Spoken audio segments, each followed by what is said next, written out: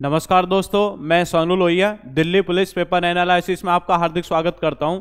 आप जुड़ेंगे मेरे साथ और देखेंगे जो वर्ष 2020 में दिल्ली पुलिस के पेपर हुए थे, तो उसमें जीएस से संबंधित जो आपके महत्वपूर्ण क्वेश्चन पूछे गए हैं उन्हें आप मेरे साथ मिलकर के हल करने का प्रयास करेंगे। तो आप जुड़ जाएं सभी और जो दिल्ली पुलिस पेपर एनालिसिस है उसे आप मेरे साथ मिलकर के हल करने का प्रयास करेंगे। जुड़ जाएंगे सभी।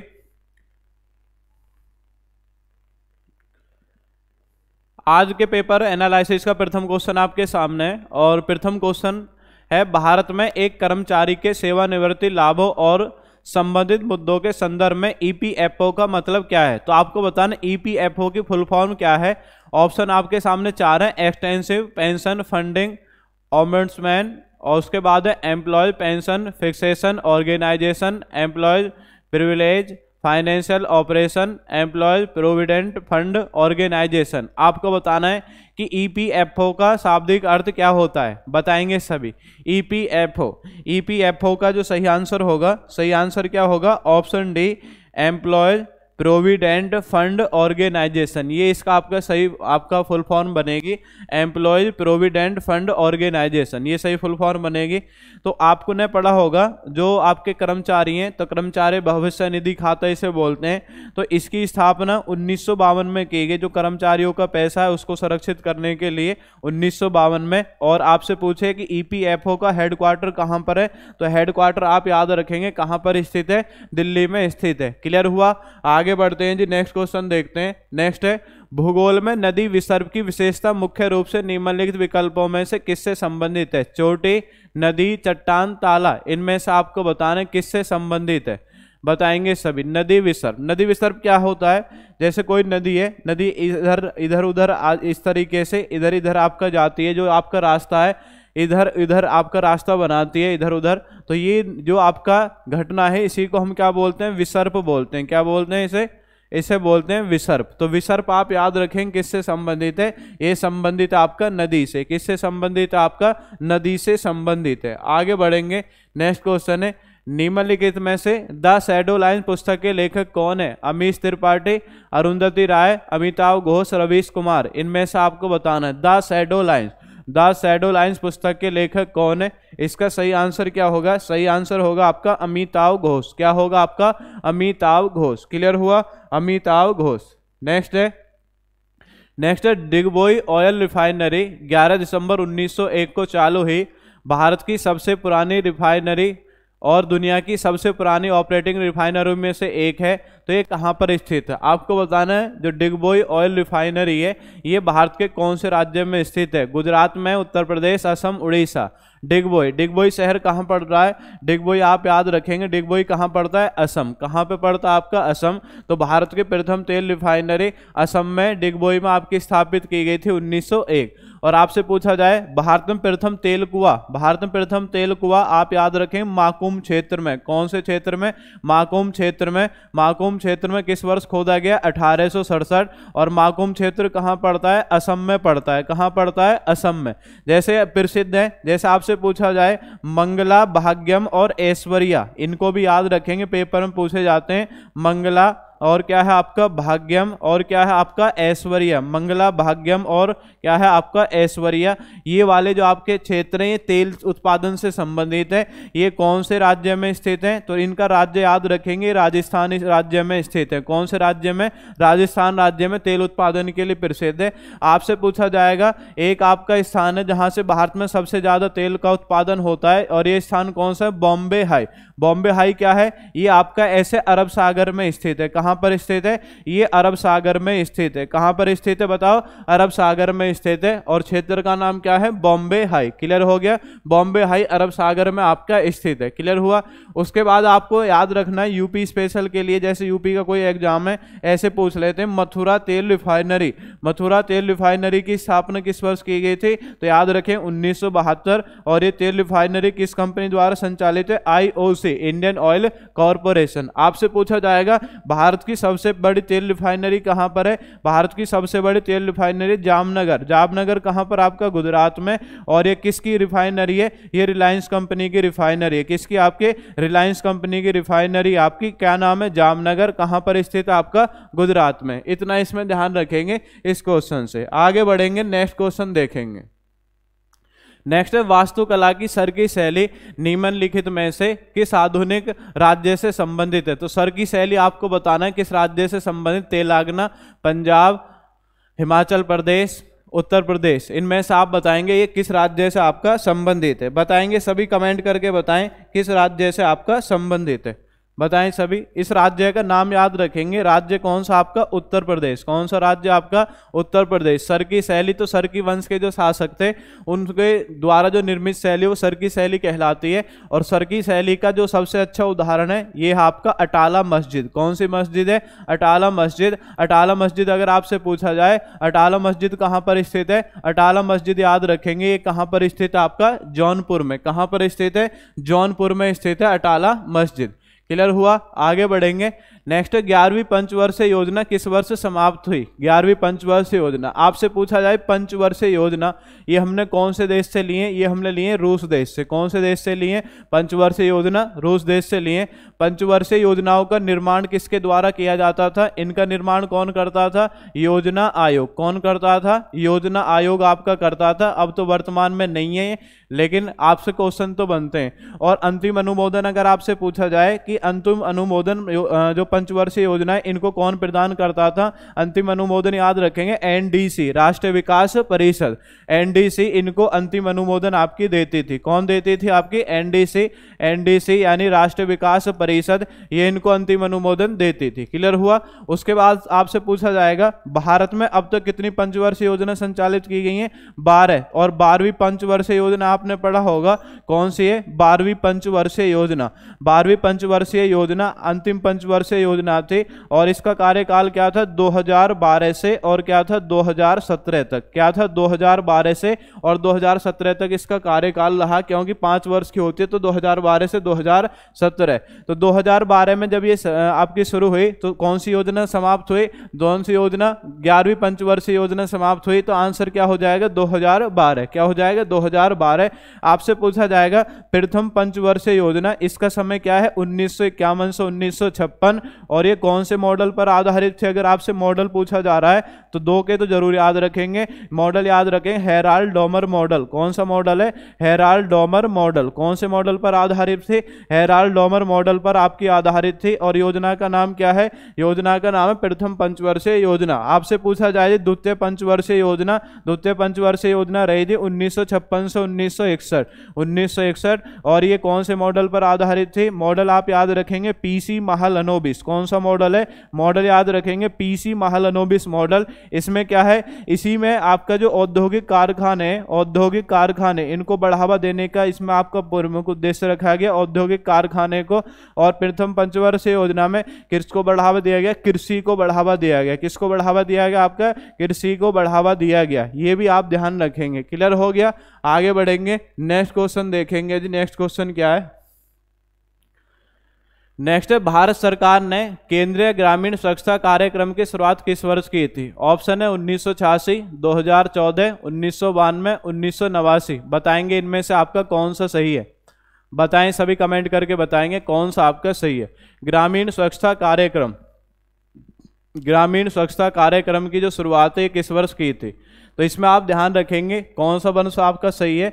वर्ष आपका होगा 1986। जबकि आपने पढ़ा होगा, आपने पढ़ा है स्वच्छ कार्यक्रम। ठीक है, स्वच्छ कार्यक्रम। अब आप पढ़ें स्वच्छ भारत अभियान, ये आप पढ़ते हैं। स्वच्छ भारत अभियान की जो शुरुआत है ये आपके पढ़े होंगे आपने, नरेंद्र मोदी सरकार के द्वारा स्वच्छ भारत अभियान ये कब शुरू किया गया था? 2014 में शुरू किया गया। लेकिन यहाँ पे क्वेश्चन है केंद्रीय ग्रामीण स्वच्छता कार्यक्रम, इसकी शुरुआत किस वर्ष की थी? 1986। किस वर्ष की थी? 1986।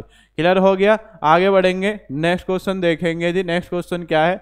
नेक्स्ट क्वेश्चन है फोटोवोल्टिक सेल में किस प्रकार की ऊर्जा विद्युत ऊर्जा में परिवर्तित हो जाती है? आपको बताना है किस प्रकार की ऊर्जा विद्युत ऊर्जा में परिवर्तित हो जाती है। ध्वनि, प्रकाश, रासायनिक या चुंबकीय। इनमें से आपको बताना है कौन सा सही है। बताएंगे सभी, कमेंट करके बताएंगे। फोटोवोल्टिक सेल में किस प्रकार की ऊर्जा विद्युत ऊर्जा में परिवर्तित हो जाती है? इनमें से आप बताएंगे कौन सा सही है, ध्वनि, प्रकाश, रासायनिक या चुंबकीय। तो फोटोवोल्टिक जो सेल होते हैं इनमें आपको याद रखना है जो आपकी किस प्रकार की ऊर्जा है, किस प्रकार की ऊर्जा है, प्रकाश ऊर्जा। कौन सी ऊर्जा? प्रकाश ऊर्जा। प्रकाश ऊर्जा कौन सी ऊर्जा में परिवर्तित हो जाएगी? प्रकाश ऊर्जा परिवर्तित हो जाएगी आपके विद्युत ऊर्जा में। कौन सी ऊर्जा में? विद्युत ऊर्जा में आपकी परिवर्तित हो जाएगी। कौन सी ऊर्जा में? विद्युत ऊर्जा में परिवर्तित हो जाएगी। और ऊर्जा का नाम क्या है? ऊर्जा का नाम है प्रकाश ऊर्जा। क्लियर हो गया? तो प्रकाश ऊर्जा किसमें? विद्युत ऊर्जा में परिवर्तित हो जाएगी। और कौन से सेल के माध्यम से? Photovoltaic cell. कौन सा सेल आपका? Photovoltaic cell. क्लियर हो गया? फोटोवोल्टिक सेल के माध्यम से प्रकाश ऊर्जा विद्युत ऊर्जा में आपकी परिवर्तित हो जाएगी। क्लियर हो गया? आगे बढ़ेंगे, नेक्स्ट क्वेश्चन देखेंगे। नेक्स्ट क्वेश्चन क्या है? नेक्स्ट, नेफ्रेटिस एक चिकित्सीय स्थिति है जो कि प्रभावित करती है मस्तिष्क, गुर्दा, हृदय। आपको बताना है ये किससे प्रभावित करती है। तो आपको याद रखना है जो गुर्दा है, या आप इंग्लिश में बोलते हैं किडनी। क्या बोलते हैं? किडनी। और जो किडनी होती है, किडनी की संरचनात्मक और कार्यात्मक इकाई क्या होती है? नेफ्रॉन होती है। क्या होती है आपकी? नेफ्रॉन। नेफ्रॉन होती है। नेफ्रॉन से ही शब्द मिला आपका नेफ्रेटिस। तो जब आपका गुर्दा या किडनी में सूजन आ जाती है उस शब्द को हम क्या बोलते हैं? उसे बोलते हैं नेफ्रेटिस। क्या बोलेंगे? आपका नेफ्रेटिस उसे बोलेंगे। आपसे पूछा जाता है अपोहन या डायलिसिस क्या है? अपोहन या डायलिसिस क्रिया किससे संबंधित है? अपोहन या डायलिसिस। अपोहन या डायलिसिस क्रिया अगर आपसे पूछ रहा है ये भी किससे संबंधित है? किडनी से। इसमें क्या होता है? कृत्रिम तरीके से रक्त को छानने की क्रिया क्या कहलाएगी? अपोहन या डायलिसिस कहलाती है। नेक्स्ट है मस्तिष्क। आपने पढ़ा होगा ईईजी। कौन सी तकनीक है आपका? ईईजी, इलेक्ट्रोएन्सेफलोग्राफ। तो आपको याद रखना है मस्तिष्क का जो अध्ययन है वो कौन सी शाखा में करते हैं? ईईजी। मस्तिष्क का अध्ययन करने के लिए किसका प्रयोग किया जाता है? ईईजी का प्रयोग किया जाता है। नेक्स्ट है हृदय। हृदय आप याद रखेंगे, हृदय का जो अध्ययन है वो कौन सा? ठीक है, सॉरी अध्ययन नहीं, सॉरी हृदय की जो जांच है वो कौन सी शाखा में? तो हृदय की जांच के लिए कौन से टेस्ट का प्रयोग किया जाए? ECG, EC electrocardiograph. इलेक्ट्रोकार्डियोग्राफ। और मस्तिष्क की जांच के लिए क्या है? ईईजी, इलेक्ट्रोएन्सेफलोग्राफ। इनको भी ध्यान रखना है। मानव हृदय कितने कक्षों का होता है? 4 कक्षों का होता है, जिसमें 2 आलिंद होते हैं और 2 निलय होते हैं। ये भी आपको थोड़ा सा ध्यान रखना है। क्लियर हुआ? आगे बढ़ते हैं जी। नेक्स्ट क्वेश्चन क्या है? नेक्स्ट है 1984 के नेतृत्व में बहुजन समाज पार्टी का गठन किसने किया था? तो बहुजन समाज पार्टी बीएसपी आप बोलते हैं। इसके संस्थापक कौन थे? काशीराम, मायावती, अनिल अग्रवाल, विजय बहुगुणा। इनमें से आपको बताना है। सब जानते हैं 1984 में जो बीएसपी पार्टी है, बहुजन समाज पार्टी, ये किसके द्वारा आपकी स्थापित की गई थी? काशीराम। किसके द्वारा स्थापित की गई थी? काशीराम। क्लियर हुआ? आगे बढ़ेंगे जी। नेक्स्ट क्वेश्चन देखेंगे।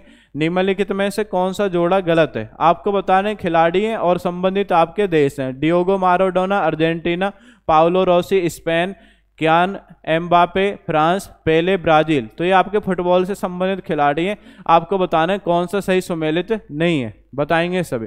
इसमें पाउलो रोसी संबंधित आपका नहीं है। कौन नहीं है? Paulo Rossi. पाउलो रोसी ये आपका कौन से देश का है? ये इटली देश का है। कौन से देश का है? इटली देश का है। तो इसलिए आपका ये गलत हो जाएगा, जो सम्मिलित नहीं है। पाउलो रोसी ये कौन से देश का? आपका इटली का। आगे बढ़ेंगे, नेक्स्ट क्वेश्चन देखेंगे जी। नेक्स्ट है मुगल साम्राज्य की अर्थव्यवस्था के संदर्भ में पोलाज शब्द का क्या उल्लेख है? पोलाज। पोलाज लिखा हुआ है, पोलज होता है वैसे। अकबर द्वारा पेश किया गया एक प्रकार का सिक्का, सालाना खेती की भूमि, नगद भुगतान, एक प्रकार का कर। इनमें से आपको बताना है कौन सा सही है, बताएंगे सभी। तो पोलज क्या होता है? तो ये अकबर के समय में पोलज शब्द का उल्लेख मिलता है। और पोलज क्या है? पोलज उस भूमि को कहा जाता था जहाँ पे वर्ष भर आपकी खेती की जाती थी। क्या है? वर्ष भर खेती। वर्ष भर खेती जहाँ पे की जाती थी उस भूमि को हम क्या बोलते थे? उसको बोलते थे पोलज। क्या बोलते थे? उस भूमि को बोला जाता था आपका पोलज। वर्ष भर जिस भूमि पर खेती की जाती थी उस भूमि को क्या कहा जाता था? उस भूमि को क्या कहा जाता था? आपका पोलज। क्या बोलते थे बताओ? पोलज उसे कहा जाता था। जैसे अब आपकी भूमि रहती है तो भूमि पे जहाँ पे वर्ष भर आपकी खेती रहती है तो उर्वर आपकी बनी रहती है उसके। तो लेकिन उस समय अगर आपसे पूछा जाए उस समय किस नाम से जाना जाता था? पोलज के नाम से जाना जाता था। क्लियर हुआ? आगे बढ़ेंगे, नेक्स्ट क्वेश्चन देखेंगे। नेक्स्ट क्वेश्चन आपका क्या है? नेक्स्ट, निम्नलिखित में से कौन तुगलक काल के दौरान नहीं बनाया गया था? आपको बताना है कि ऐसा कौन सा आपका निर्माण है, कि जिसका निर्माण आपका तुगलक काल में नहीं किया गया था, बताएंगे कौन सा आपका निर्माण है ऐसा। तो फिरोज शाह कोटला आपने पढ़ा होगा, ये किसने बनवाया था? फिरोज शाह तुगलक ने बनवाया। फिरोज शाह कोटला दिल्ली में स्थित है। तुगलकाबाद ये किसने बनवाया था? ये आप पढ़ते हैं जी, किसने बनवाया? गयासुद्दीन तुगलक। GST याद रखेंगे, गयासुद्दीन तुगलक ने आपका बनवाया।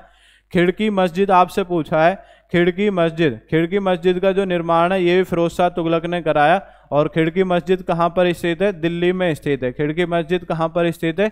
दिल्ली में स्थित है। जामा मस्जिद आपकी दिल्ली में स्थित है, दिल्ली में। और इसका जो निर्माण है, मुगल वंश का शासक कौन था? शाहजहां। कौन है मुगल वंश का शासक? शाहजहां। तो शाहजहां के द्वारा इसका निर्माण दिल्ली में कराया गया। और जामा मस्जिद कहाँ पर? दिल्ली में। इसलिए कौन सा आपका नहीं है? जामा मस्जिद। कौन नहीं आपका? जामा मस्जिद नहीं है। आप पढ़ते हैं तुगलक काल में एक शासक आपने पढ़ा होगा, शासक का नाम क्या है? मोहम्मद बिन तुगलक। क्या नाम है? मोहम्मद बिन तुगलक आपने पढ़ा होगा। रक्त पिशासु स्वैपनशील शासक किसे कहा जाता है? मोहम्मद बिन तुगलक। आप पढ़ते हैं जी कौन है? आपने पढ़ा होगा अफ्रीका देश का यात्री था, अफ्रीका महाद्वीप का यात्री था, मोरक्को देश से आया था, मोरक्को। और मोरक्को देश से यात्री का नाम क्या है? Ibn Battuta.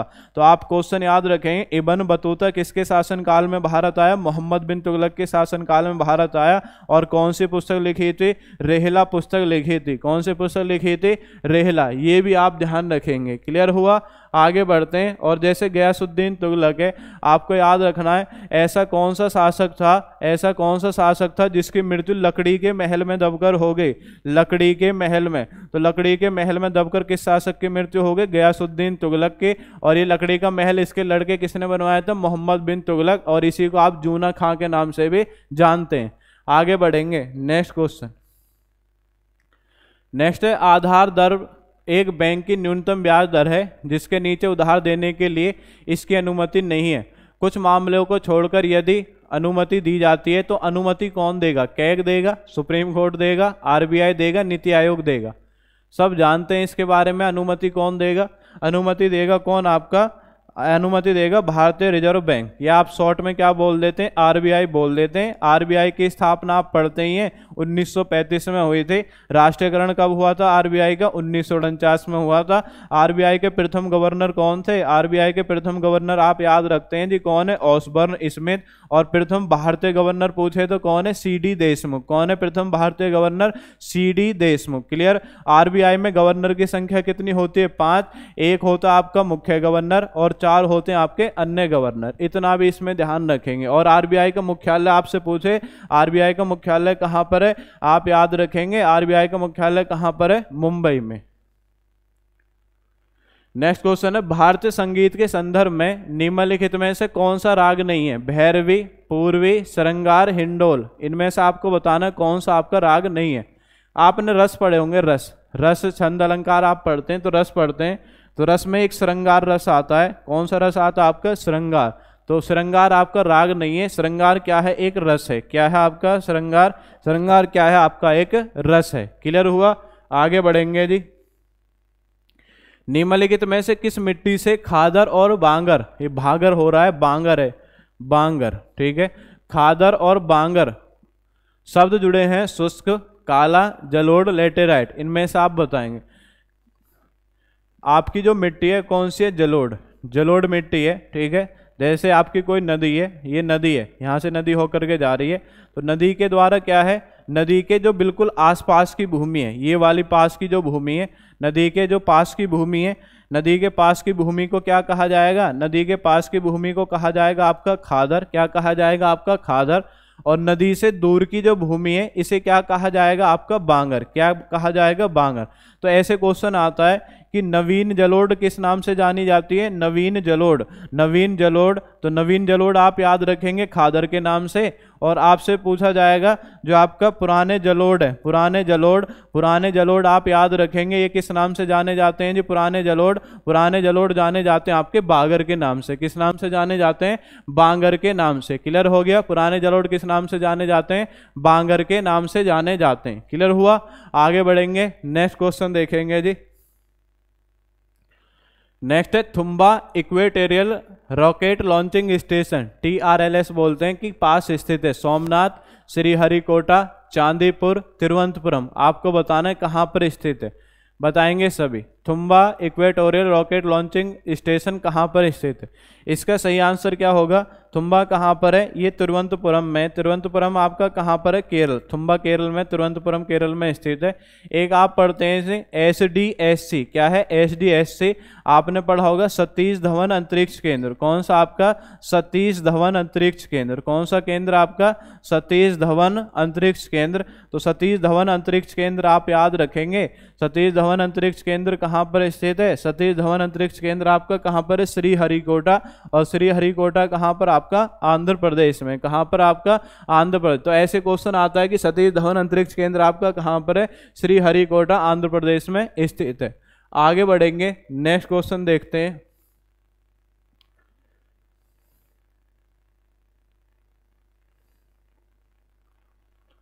नेक्स्ट क्वेश्चन है 1991 में शुरू किया गया व्यास सम्मान किस क्षेत्र में उत्कृष्ट साहित्यिक कार्य के लिए दिया जाता है? तो आपको बताना है कि कौन सी भाषा में उत्कृष्ट साहित्यिक कार्य के लिए दिया जाता है व्यास सम्मान। व्यास सम्मान की बात करें तो व्यास सम्मान ये वर्ष 1991 में आपका स्थापित हुआ था। 1991 में कौन से फाउंडेशन है? के बिड़ला फाउंडेशन। कौन सा फाउंडेशन आपका? के बिड़ला फाउंडेशन। के बिड़ला फाउंडेशन के द्वारा वर्ष 1991 में आपका ये शुरू किया गया। जो व्यास सम्मान है, व्यास सम्मान में अगर आपसे पूछा जाए राशि कितनी दी जाती है? 4 लाख रुपए इसमें दी जाती है। और व्यास सम्मान कौन सी भाषा में आपका दिया जाता है? केवल हिंदी भाषा में आपका दिया जाता है। तो आपको हिंदी भाषा में किसे मिलेगा? अगर किसी लेखक के पिछले 10 वर्ष में, क्या है, पिछले 10 वर्ष में हिंदी में कोई आपकी अच्छी कृति है, कोई अच्छी रचना है, तो उसके लिए कौन सा सम्मान दिया जा सकता है? व्यास सम्मान दिया जा सकता है। और आप याद रखेंगे प्रथम व्यास सम्मान 1991 में किस व्यक्ति को मिला था? तो इनका नाम भी याद रखेंगे, रामविलास शर्मा। फिर किस व्यक्ति को मिला था? रामविलास शर्मा। ये भी ध्यान रखेंगे। तो याद रखेंगे कौन सी आपके कृति या कौन सी भाषा में आपको दिया जाता है? हिंदी भाषा में दिया जाता है। कौन सा फाउंडेशन देता है? के बिड़ला फाउंडेशन। कितनी राशि है? 4 लाख रुपए। और आपसे पूछा जाएगा प्रथम बार किसको दिया गया? रामविलास शर्मा। क्लियर हो गया? आगे बढ़ेंगे, नेक्स्ट क्वेश्चन देखेंगे जी। नेक्स्ट क्वेश्चन क्या है? अगर आपको पेपर एनालिसिस अच्छा लग रहा हो तो एक बार आप चैनल को लाइक करेंगे, सब्सक्राइब करेंगे सभी। नेक्स्ट है कौन सी समिति चुनाव सुधारों से संबंधित है? इसमें आपको बताना है इंद्रजीत गुप्ता, विमल जालान, बलवंत राय मेहता या कोठारिक। इनमें आप बताएंगे कौन सी समिति चुनाव सुधारों से संबंधित है। चुनाव सुधारों से संबंधित कौन सी समिति आपके? इंद्रजीत गुप्ता। कौन सी समिति है? इंद्रजीत गुप्ता। बलवंत राय मेहता आपने पढ़ा है कि पंचायत का कितने स्तरीय मॉडल? 3 स्तरीय जो मॉडल है बलवंत राय मेहता समिति ने किस वर्ष दिया था? ये दिया था आपका 1957 में। किस वर्ष दिया था? 1957 में। आप याद रखेंगे बलवंत राय मेहता समिति ने पंचायत का 3 स्तरीय मॉडल दिया था। क्लियर हो गया? लेकिन यहाँ पे चुनाव सुधारों से पूछा है तो याद रखेंगे इंद्रजीत गुप्ता समिति। और इसमें याद रखेंगे चुनाव सुधारों से संबंधित एक याद रखेंगे कौन सी है? दिनेश गोस्वामी समिति। ये कौन सी समिति है? दिनेश गोस्वामी समिति। ये भी किससे संबंधित? आपका चुनाव सुधारों से संबंधित समिति का नाम क्या है? दूसरी समिति कौन सी आपकी? दिनेश गोस्वामी समिति। इसको भी याद रखेंगे। आपसे पूछा जाए चुनाव, ठीक है, तो आपसे पूछा जाएगा जो वोट डालने की आयु है, वोट डालने की आयु 21 वर्ष से घटाकर 18 वर्ष, ये किस संविधान संशोधन के द्वारा की गई? 61वां संविधान संशोधन। कौन सा संशोधन है? 61वां संविधान संशोधन। और इसके लिए किस समिति ने सुझाव दिया था? इस समिति का भी नाम याद रखेंगे, तारकुंडे समिति। कौन सी समिति है? तारकुंडे समिति। कौन सी समिति आपके? तारकुंडे समिति। याद रखेंगे। और आपसे पूछा जाएगा जो आपका मतदान, ठीक है, मतदाता परिचय पत्र होता है, मतदाता परिचय पत्र, ठीक है, जो आप मतदाता परिचय पत्र आप देखते हैं जी, वोटर आइडेंटिटी कार्ड। तो वोटर आइडेंटिटी कार्ड पर तो आपको याद रखना है फोटो लगाने का जो आपका सुझाव है 1993 में, ये कौन सी समिति ने दिया था? दिनेश गोस्वामी समिति। तो आप याद रखेंगे मतदाता परिचय पत्र पर फोटो लगाने का जो सुझाव है ये किस समिति ने दिया था? इसका भी नाम याद रखेंगे, दिनेश गोस्वामी समिति। वोट डालने की जो आयु 21 वर्ष से घटाकर 18 वर्ष, कौन सी समिति है? तारकुंडे समिति। और एक और समिति है जिसने आपके कुछ सुधार इसमें करवाए थे, इंद्रजीत गुप्ता समिति। क्लियर हो गया? आपसे पूछा जाएगा जो चुनाव चुनाव आयोग है। कौन सा आयोग आपका? चुनाव आयोग या निर्वाचन आयोग। चुनाव आयोग का जो विवरण है वो कौन सा आर्टिकल मिलता है? याद रखेंगे कौन सा आर्टिकल मिलता है? 324 में। कौन सा आर्टिकल मिलता है? 324 में। क्लियर हुआ? नेक्स्ट लास्ट क्वेश्चन देखते हैं जी। लास्ट क्वेश्चन क्या है? निम्नलिखित में से कौन पूर्वी घाट पर्वत की सर्वोच्च चोटी है? तो आप बताएंगे डोडा बेट्टा है, ये पूरा नाम डोडा बेट्टा है। उसके बाद आपकी अन्नपूर्णा है, देवमाली है या देवी माला है, इनमें से आपको बताना है कौन सी आपकी। बताएंगे सभी कमेंट करके। डोडा बेटा आप पढ़ते हैं जी, डोडा बेटा कौन सी आपकी? डोडा बेटा। डोडा बेटा आपने पढ़ा होगा जो आपका नीलगिरी पर्वत है। कौन आपका? नीलगिरी पर्वत। और नीलगिरी पर्वत का जो विस्तार है ज़्यादातर आपका कौन से राज्य में मिलेगा? तमिलनाडु। तमिलनाडु राज्य में मिलेगा। तो आपको याद रखना है कि नीलगिरी पर्वत की सर्वोच्च चोटी अगर आपसे पूछा जाए कौन से? डोडा बेटा, इसका नाम डोडा बेटा है। नेक्स्ट है अन्नपूर्णा, आप पढ़ते हैं अन्नपूर्णा, धौलागिरी, ये सब कहाँ पर मिलेंगी आपको? नेपाल में मिलेंगी। देवमाली कौन है आपकी? देवमाली। देवमाली ये पूर्वी घाट की है। किसकी? आपकी पूर्वी घाट की। और पूर्वी घाट में कौन से राज्य में स्थित है? ये उड़ीसा राज्य में स्थित है। कौन से राज्य में? उड़ीसा राज्य में स्थित है। तो पूर्वी घाट पर्वत की चोटी पूछिए तो आंसर क्या हो जाएगा? देवमाली। देवी माला अगर आपसे पूछा है देवी माला तो ये पश्चिमी घाट में है, पश्चिमी घाट।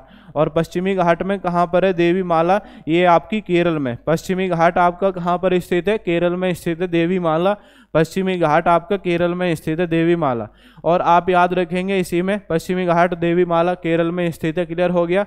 नेक्स्ट, और इसमें यह भी ध्यान रखना है आपको, जो दक्षिण भारत है, दक्षिण भारत की जो सबसे ऊंची चोटी है वो कौन सी है? अनाईमुडी।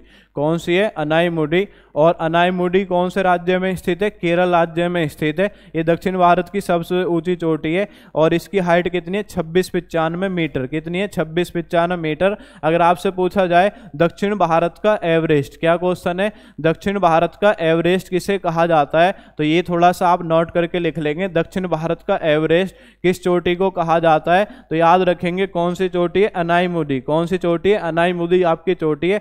आपसे पूछा जाएगा विश्व की सबसे ऊंची चोटी कौन सी है? विश्व की सबसे ऊंची चोटी आपकी माउंट एवरेस्ट। कौन सी चोटी है? Mount Everest. माउंट एवरेस्ट आप याद रखेंगे, ये आपको याद रखना है। ये कौन से दो देश हैं? आपका एक देश है नेपाल और दूसरा देश कौन सा है? चीन। इसकी सीमा पर आपके स्थित है। और इसकी हाइट कितनी है? 8848.86 मीटर। कौन कितनी है? 8848.86 मीटर। भारत के आपको याद रखना है भारत की सबसे ऊंची चोटी कौन सी है? K2। कौन सी है? K2।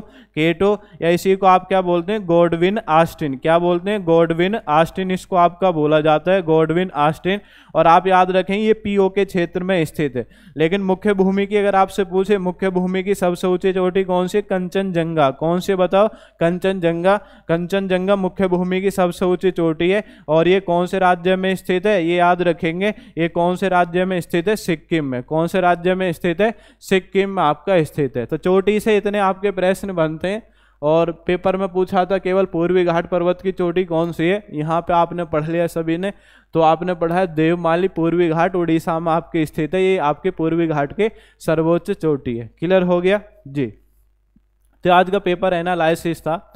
अगर पेपर एनालिसिस आपको अच्छा लगा हो तो एक बार चैनल को लाइक करेंगे, सब्सक्राइब करेंगे और अपने माध्यम से आगे आप इसको शेयर करेंगे। और जहाँ तक आप संभव हो सके थोड़ा सा हमारा आप सपोर्ट करें और इसे आगे बढ़ाने का प्रयास करेंगे सभी। और इसी के साथ मैं आपसे विदाई लेता हूँ। धन्यवाद। जय हिंद, जय भारत।